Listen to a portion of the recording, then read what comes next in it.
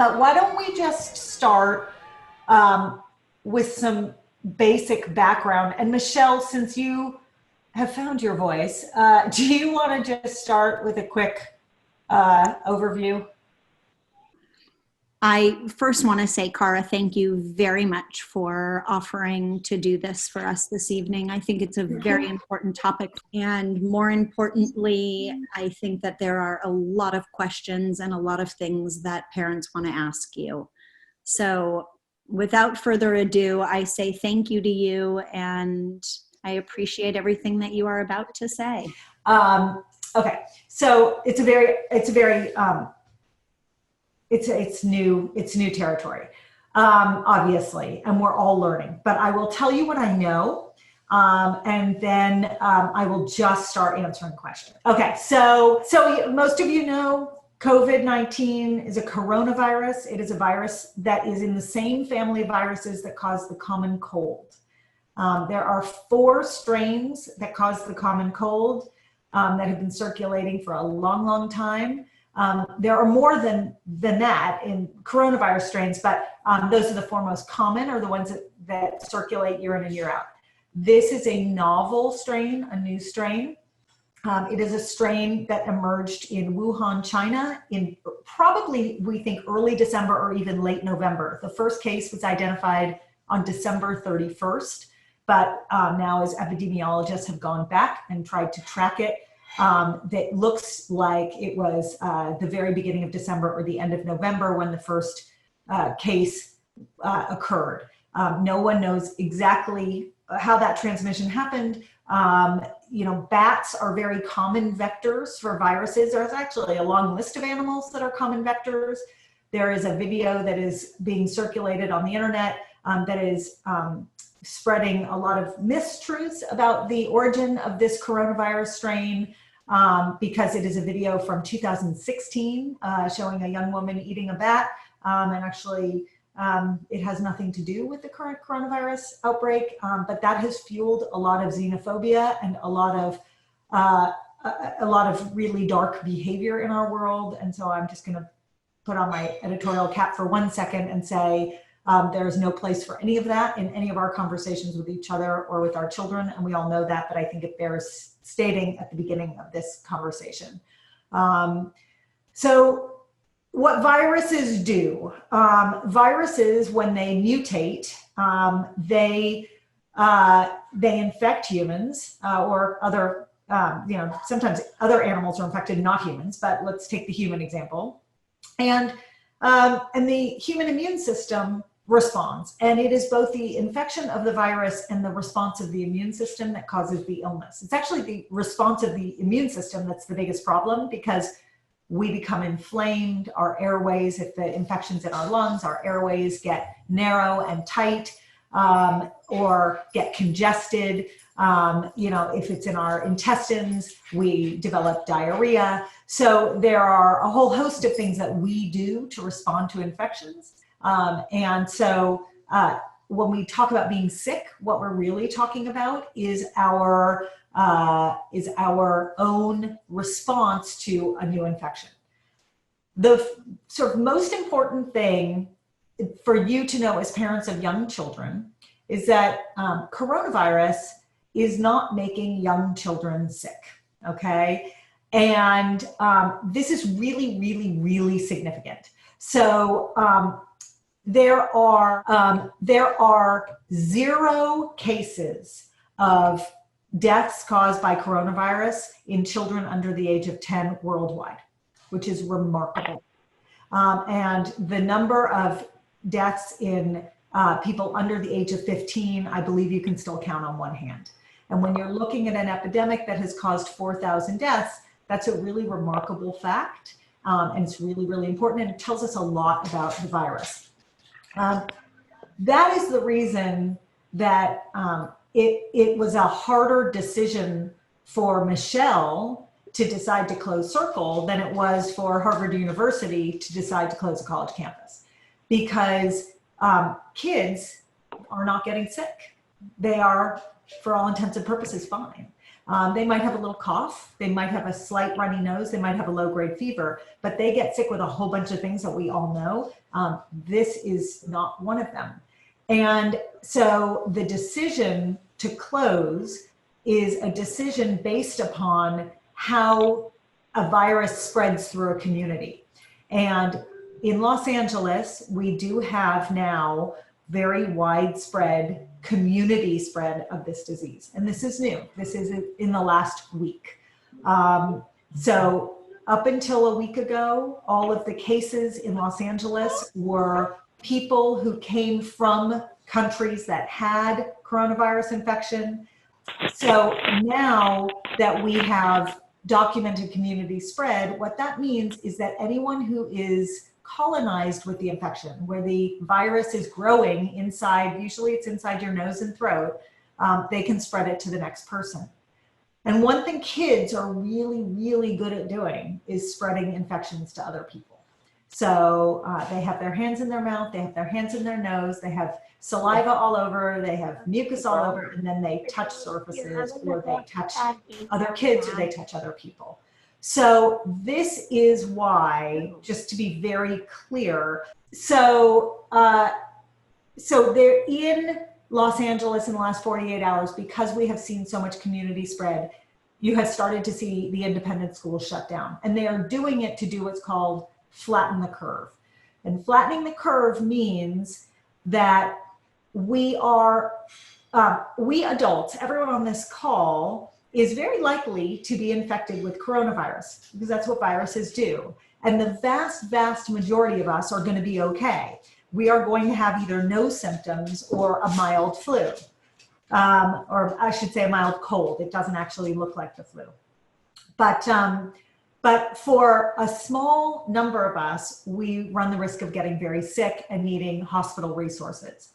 And the goal here with coronavirus spread is to slow down the spread of coronavirus enough that we can get our infections, instead of all in the next month or two and overwhelm the hospital with the few of us that need to go in there, we can get our infections over a longer course of time, and the hospitals have the ability to care for the really sick patients because they're coming in over a wider time frame. So the strategies that you're starting to see employed by schools in LA, including Circle of Children, by the entertainment industry, essentially the entire sporting entertainment industry, people are trying to slow the spread and flatten this curve. Instead of having this rapid rise in case number, to slow the rise in case number, even though the cases will rise over time. So before I say anything else, are there any questions? And I think I've got a couple of questions in the Q&A that I'll get to in a second, but if someone has a question, why don't we just go for it and see if we can try this, and you can ask and it won't be too chaotic. Hi. Actually, the question I have, and maybe you'll address this later, is like, what are the essential items, like either like food or medical, that we need to keep at home, and for how long? Sure. So I can answer that now because it gets to a broader question, which is, if we're going to try to flatten the curve, what does that mean for all of us? And how do we have to behave in order to play our part so that we can achieve what we want to achieve? What it means is, the fewer people you can be in direct contact with, the less likely you are to spread your coronavirus if you have it, and you may have it and not know, and the less likely you are to get their coronavirus if they have it. So what that means is, you should stock up and have enough stuff in your house. And I use the word stuff very pointedly, because it's not just food, it's toiletries and cosmetics and art supplies and games and things to keep you occupied. Have enough stuff in your house so that you don't need to leave every single day and go out and be out of isolation. So the goal is that we are all hunkering down and staying away from each other. This is really hard. We're social animals. This is totally counter to everything every single one of us wants to do. So no one is going to suggest that it's going to be easy, not for our kids and frankly, not for us. But I will tell you that there's a little bit of panic today that I can feel around town. The markets are jammed. The shelves feel a little empty. I think some of that panic will settle down over the next couple of days. There's plenty of food on the shelves at the grocery stores. You can go get it. I would have more than you normally do because you just don't want to have to go out often. Toilet paper's out everywhere, which is a human instinct that you just want to sort of have the things you know you're going to need to have that are very unpleasant to not have. And that's why everyone buys toilet paper. You know, Jonathan and I were talking before, Jonathan, Michelle's husband, and I were talking before the Zoom, and we both found toilet paper on a site called Quill, Quill. So if you feel like you don't have enough and you're feeling like that panic is hitting you, go onto quill.com and get some. For sure, your first aid kits should be stocked. If you don't have one, buy one. If you don't know what to put in it, there are great resources online, and those resources can list what you want to get. In my house, I have Band-Aids, I have Neosporin, I have ice packs. I mean, it's all the stuff you would have in a normal first aid kit. There's nothing special for this infection that you need to have, with one exception, which is sanitizer. Soap and water hand washing is the most effective thing we can do. There are a lot of reasons why it's far more effective than Purell, but basically when you put soap on your hands, the soap then, what it does is it surrounds oils and it pulls oils off of our skin. So sanitizers don't do that. So soap is much more effective at getting all the oils that carry all sorts of dirt and germs on our skin off. The other thing that hand washing does better than sanitizer is that we use friction and we literally physically kick off the viruses and the bacteria on our hands when we wash them. So have extra soap around, buy extra bar soap if you can. That would be my door, front door. So have extra sanitizer and extra soap. You can't buy sanitizer anymore. If you have it, great. If you don't have it, I would not freak out and panic. There's none to get. So it's not worth losing sleep over. If you have Lysol or Clorox wipes in your house, great. Use them on doorknobs and surfaces. I would do, like in my house, we're starting a twice a day little doorknob and surface cleaning. But it doesn't have to be a Lysol wipe or a Clorox wipe. There are a lot of resources online that can give you pointers about what you could use in lieu of those, because those just aren't available anymore. If you're going to make your own sanitizer, which a lot of people are doing, and frankly, for people with older kids, it's kind of a fun project, you need either aloe vera or hydrogen peroxide as the base, and then you need alcohol that is at least 60%. So there are all these alcohol companies that are going online saying, don't use our alcohol because it doesn't have a high enough concentration. Like Tito's has said, don't use Tito's vodka because we don't have enough alcohol in it. So you should look online, and there are really, really good resources there.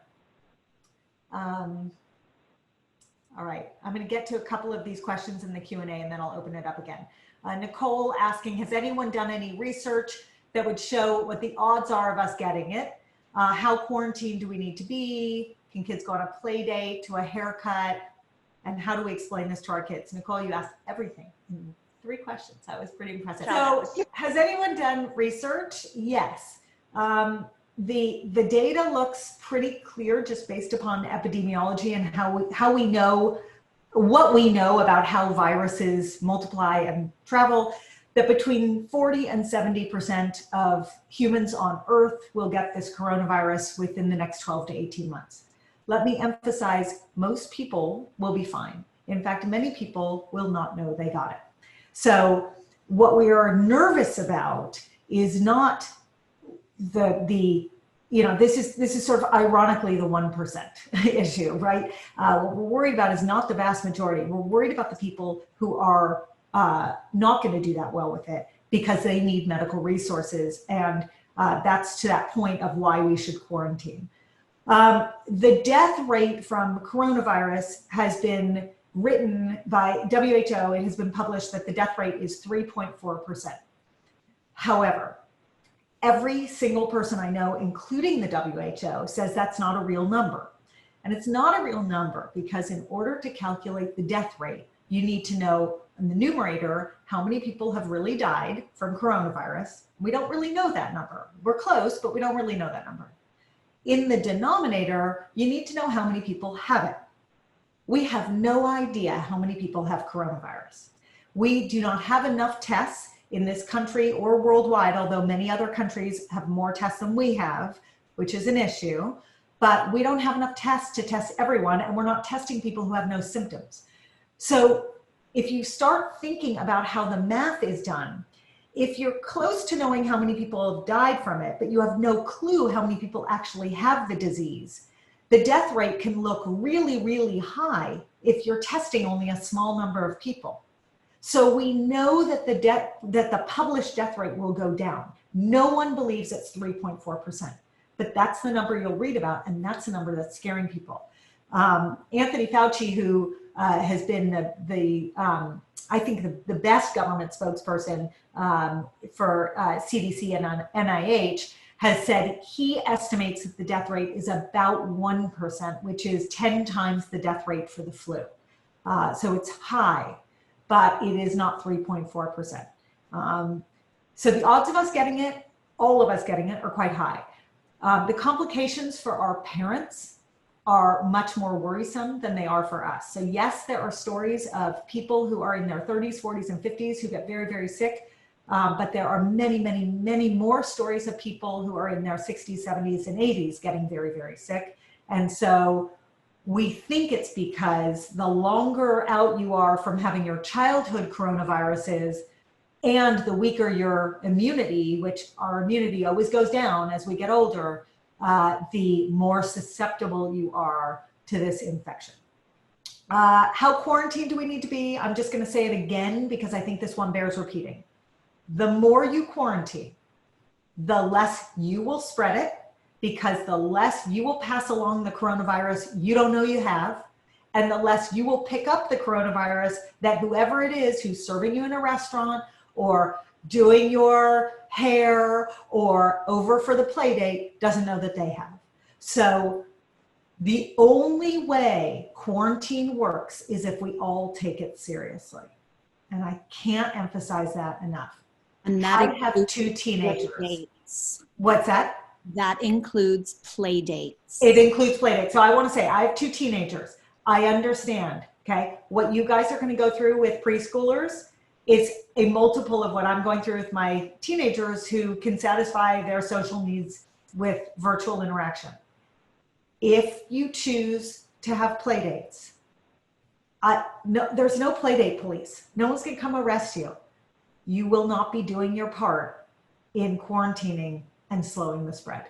And that's the only thing I can say about it. I mean, Michelle, do you want to add in there? Just think we all need to be extremely aware. And my biggest concern about closing school was that families were going to then plan large play dates outside of school. And that really concerns me based on what our, social responsibility really is.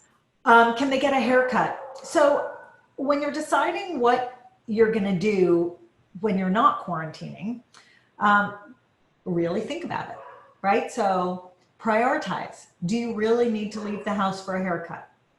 I would argue no. I would argue that's a low threshold thing. And you can do it in a month. And, hopefully when quarantine has worked.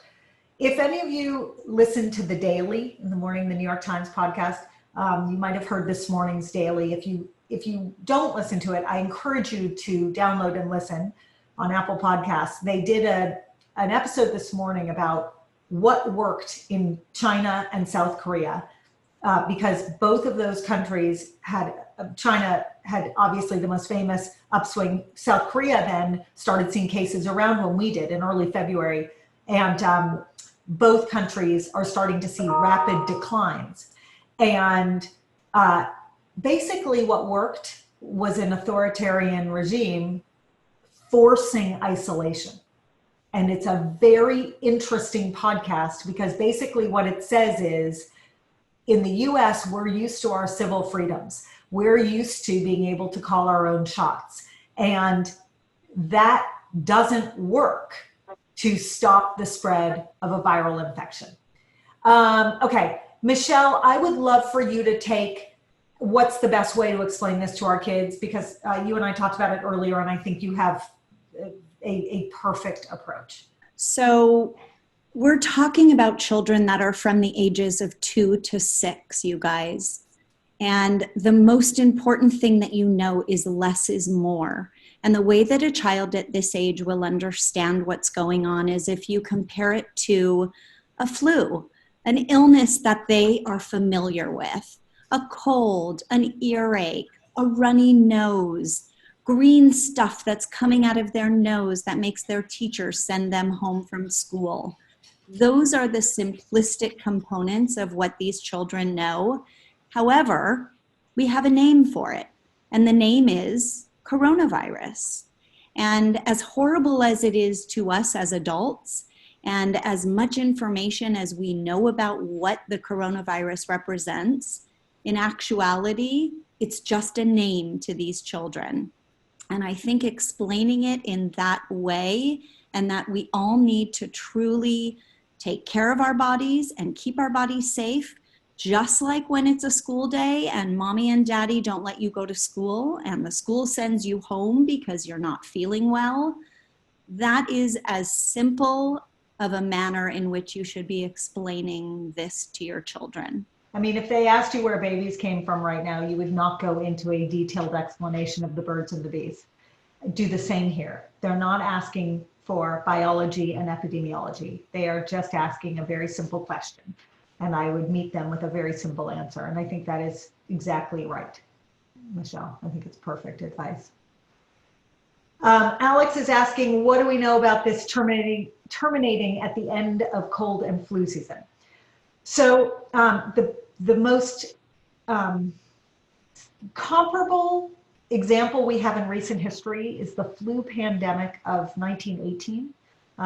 That flu came in the middle of the winter.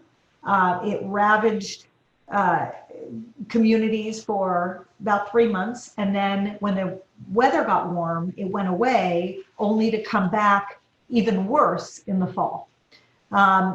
So that's what people are worried about with coronavirus. We do know that coronavirus does not like sun or heat. So everyone thinks, based upon that it will go away as the temperatures warm, and we should see a break from it. I just read tonight, I mean, I'm so up to my eyeballs in reading, I can't even tell you what the source was, but I will only read excellent sources at this point. I delete everything else. And the person who I read tonight, I think was an infectious disease person at UCSF, said, we do actually think there will be some component of herd immunity by the fall. Herd immunity means that it's just like when we vaccinate, and we vaccinate enough kids in a population that everyone is protected. That number for vaccines is usually 95%, 94 to 95%. If we cover 95% of kids with a vaccine, we cover 100% of the population from the infection.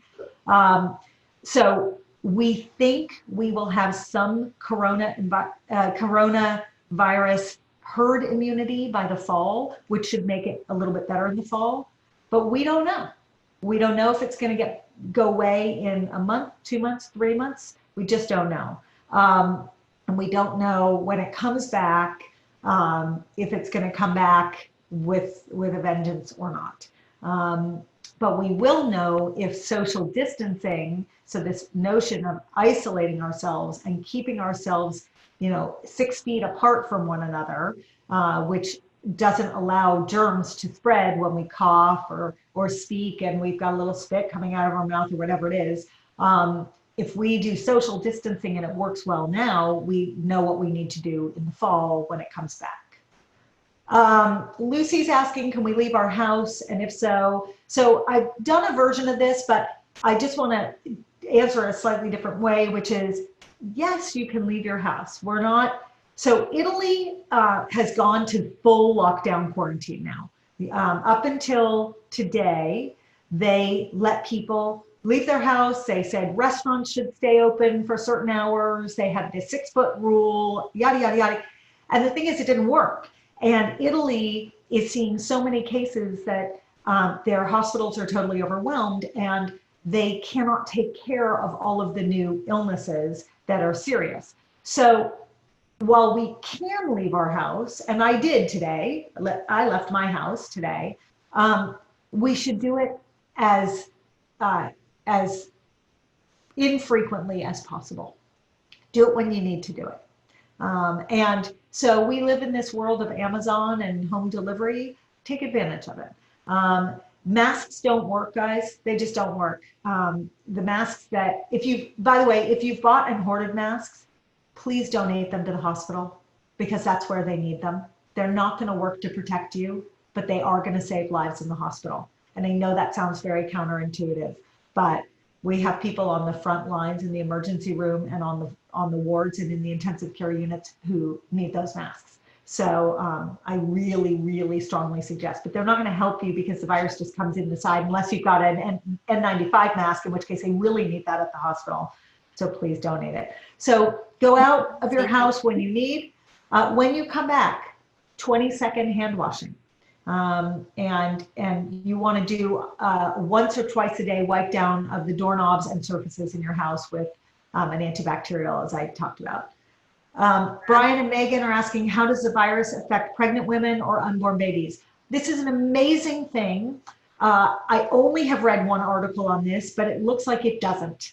I don't understand that.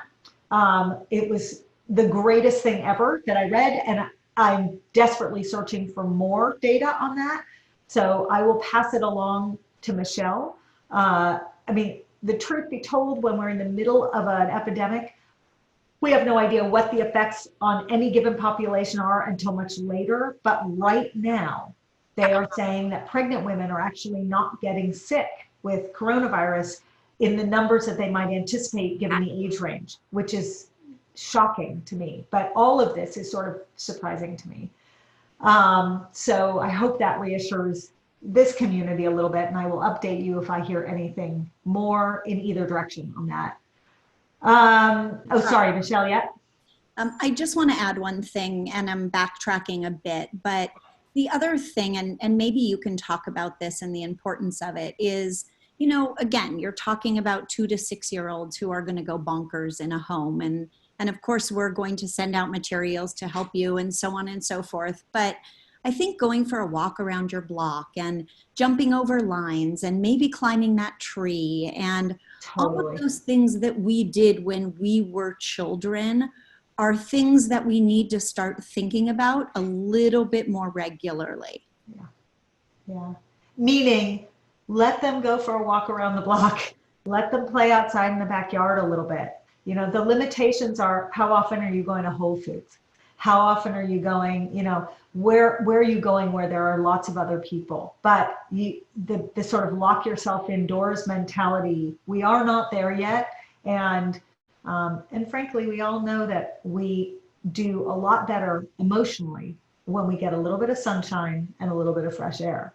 So we need that. We're lucky to live in LA, right? Question about contagion from delivery boxes. We do not need to worry. Whoever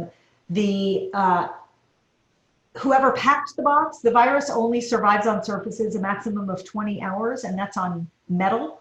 It's much shorter lived everywhere else. On hands, it's only about 5 to 10 minutes. But we touch our face all the time. So the best advice is don't touch your face.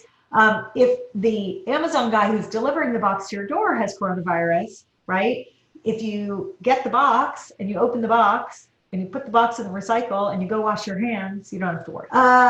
Pierre is asking about testing.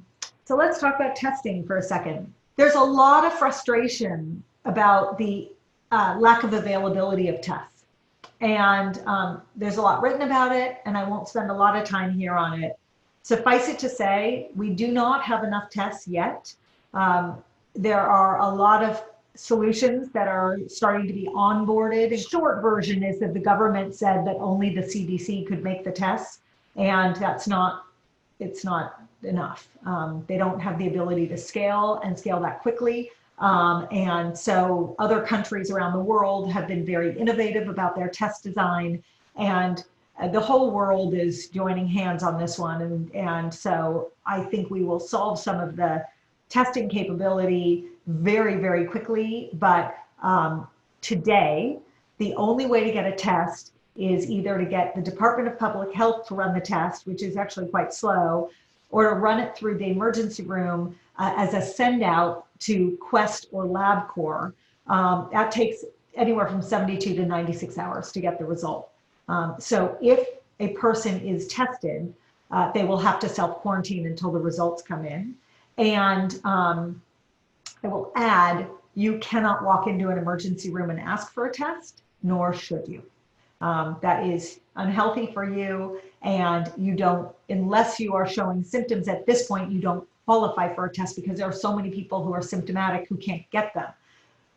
I recognize that the next question from anyone who has read anything will be, well, what about the people who have the infection and don't yet have symptoms? Because it's an average of 5 days from when you get the infection to when you show symptoms. And the answer is, that is why we need more tests. The question about, are the numbers limited to people who we already know to be sick? Yes. And even in that group, there are more cases of coronavirus than we have tested for. So this is why all the schools started to close. Let's see, what do you do when a relative is visiting and staying at home? Well, I'm hoping that this is done now. If you're in that situation currently, you're gonna have to manage it.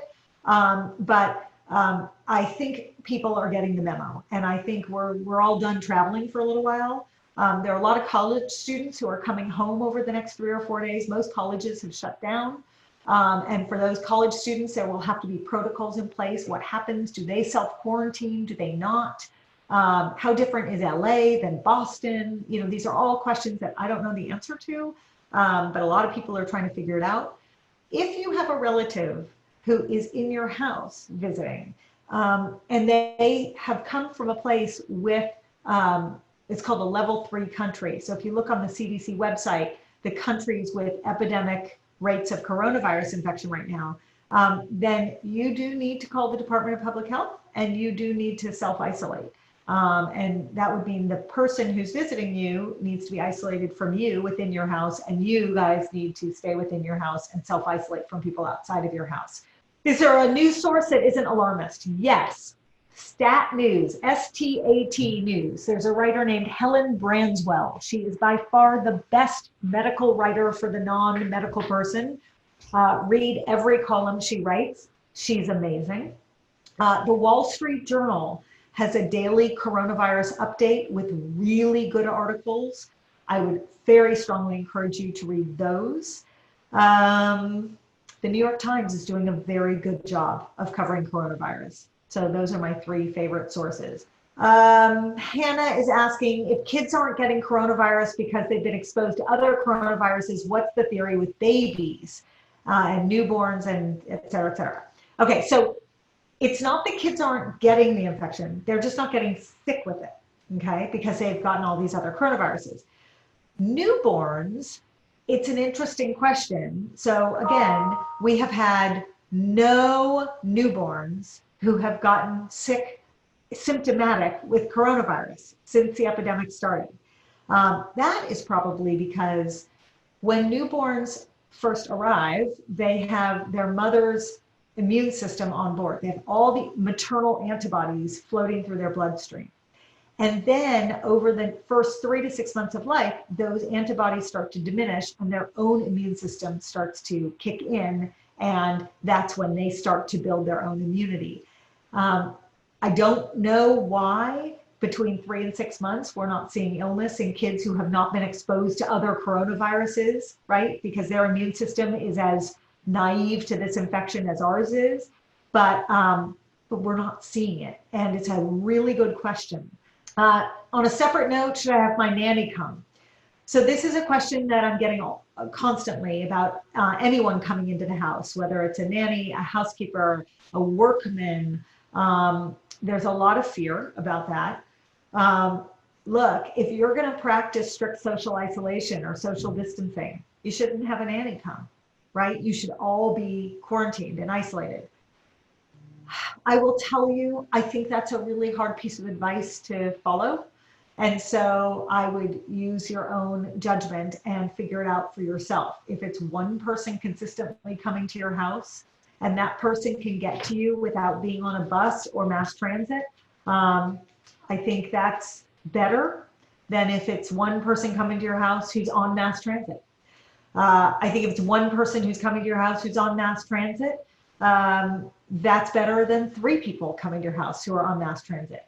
But if you really want to do this right, you should be isolating. Here's the bigger problem.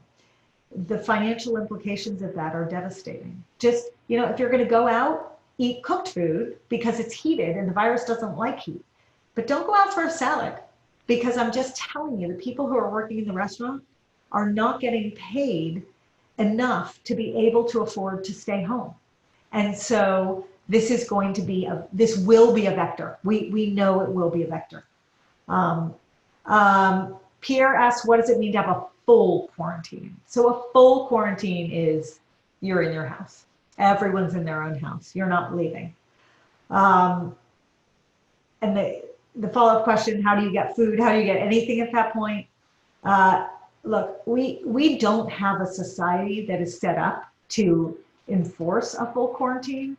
So I think the likelihood that it happens is very, very low. But that being said, if we don't start socially distancing now, we could get there.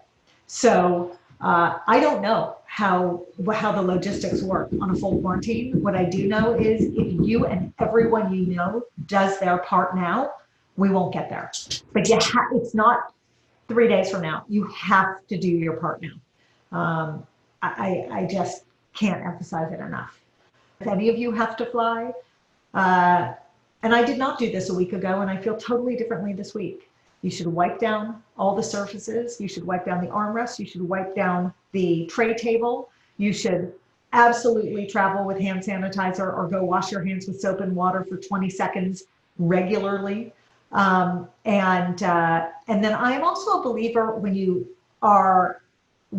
sort of in those types of environments right now, take off your outer layer of clothing that you wore while you were traveling or while you were in a busy space, and wash it, because the virus doesn't live on clothing for long, but it lives on clothing for a few hours.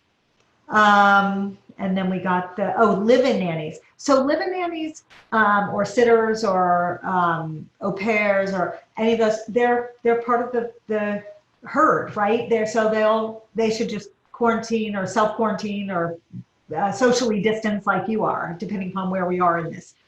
So they just travel with your family and they're like a family member. So that's that one.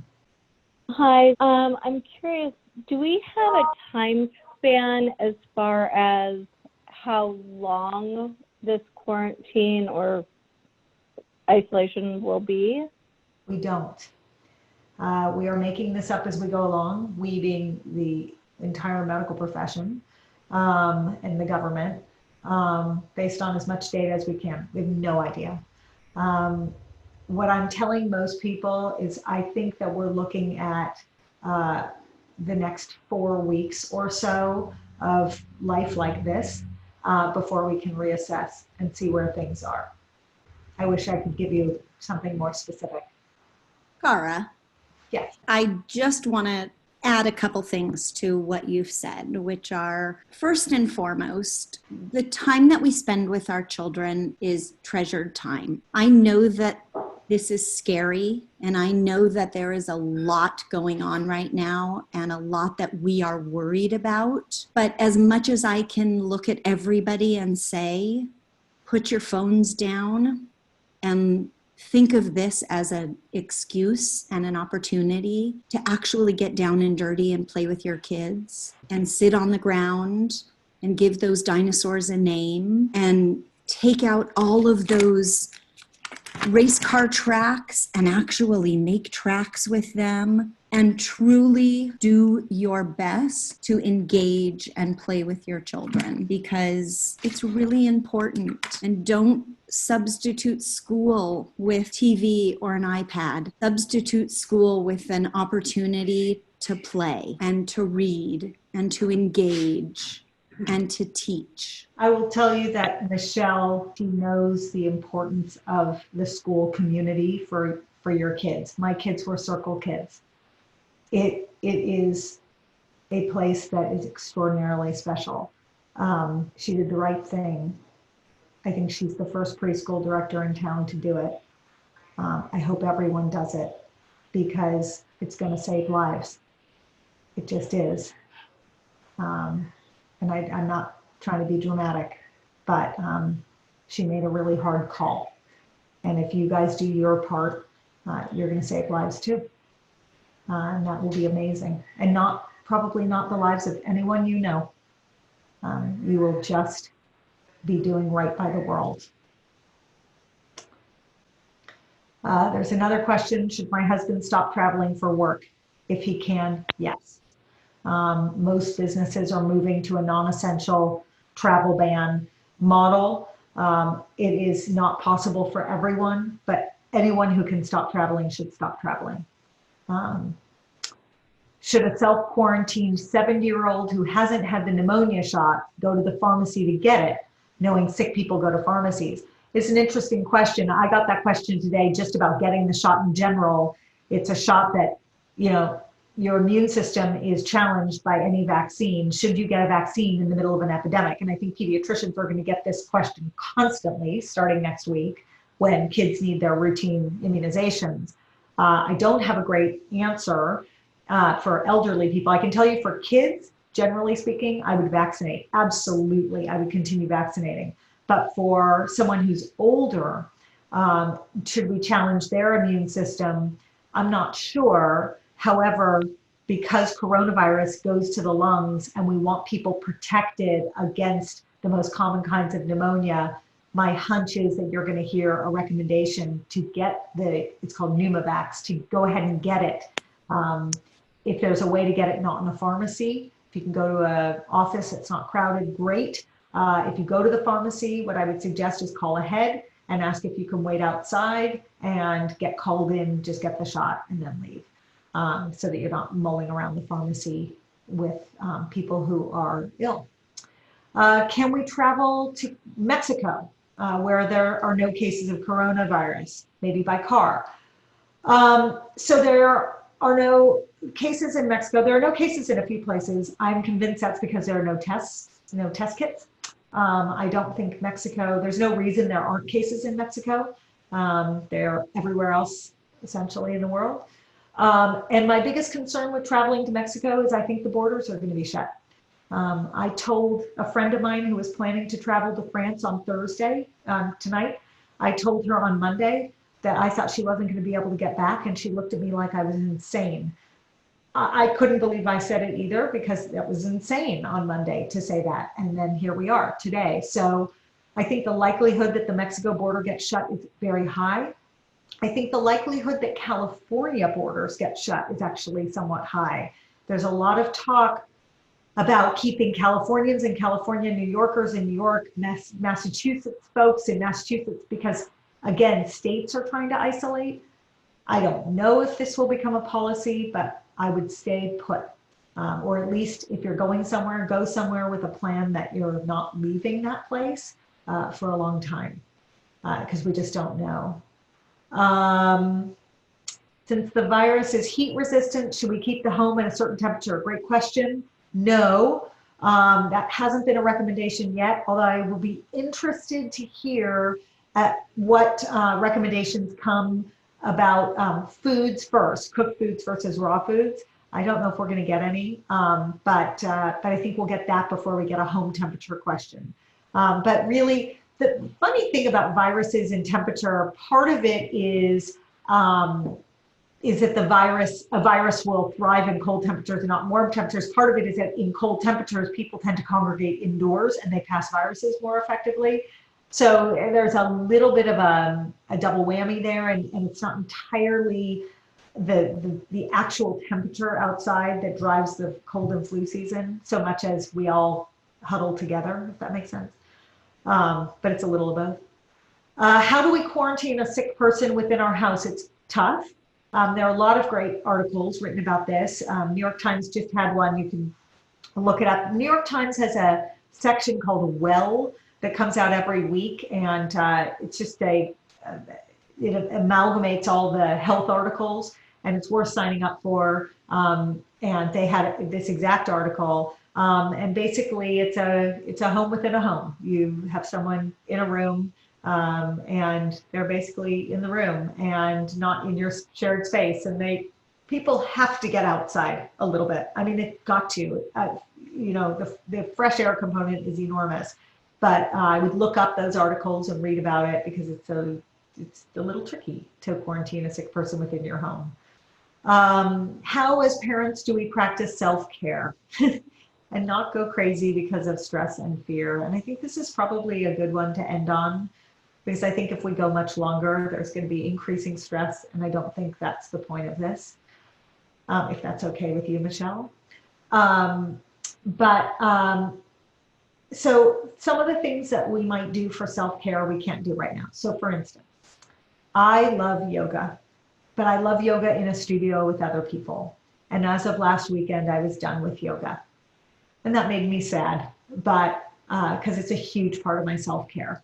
But it's also a very natural vector because people are sweating in close proximity. So I'm going to do yoga at home and try to adapt it. We should all be practicing mindfulness. For those of you who meditate, meditate. For those of you who don't, I would suggest starting, because it really makes a big difference. And there are apps like Headspace that do a great job of helping you. You need to eat. You need to eat and eat healthfully. For some reason, when we stock up on supplies during a crisis, we stock up on all this crap, right? It's like, I don't know what happens, but it's all snack foods and carbs. And then we have all this food that doesn't feel very good. And I'm telling you not to go to the market regularly, but I also think it's important to have fresh produce. And that will mean that while we're not under strict quarantine, that is a reasonable thing to make your exception for, right? If a couple times a week you go and stock up on fruits and vegetables, I actually think that's more rational than getting a haircut or a massage or a thing that's going to make you feel better, because you're stocking up on something that's going to make everyone in the home feel better. And the exposure to other people feels a little bit more rationalized. We may move to a time when you can't do that. I don't know. But right now, I would say that's the thing to break it for. And then if you're really having a lot of anxiety, stop reading, because the information is very overwhelming. This feels to me a lot like 9/11 felt. It's very scary. And we become mass consumers of information and we can't get enough. And that's every time we worry about a new thing, our cortisol levels shoot up and our blood pressure shoots up and our heart rate shoots up, and it's not good for us. And our kids feed off of that energy, and that's not good for them. So if information calms you, great, go get some information. If information stresses you out, then it's okay to take a break. So I think that's where I should end, unless, Michelle, do you think Cara, can you hear me? Yeah.